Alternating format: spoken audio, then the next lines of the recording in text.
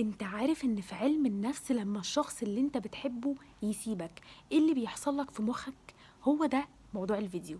تفتكر ليه لما شخص بيسيبك بتقعد تقلل من نفسك قدامه وتعمل تصرفات تقلل منك وتتحايل عليه وتقعد تتصل بيه كتير وتحاول ترجعه ليك بأي شكل؟ تفتكر ليه بتعمل كل الحاجات دي؟ وايه اللي بيحصل في دماغنا بيخلينا ان احنا نعمل الحاجات دي؟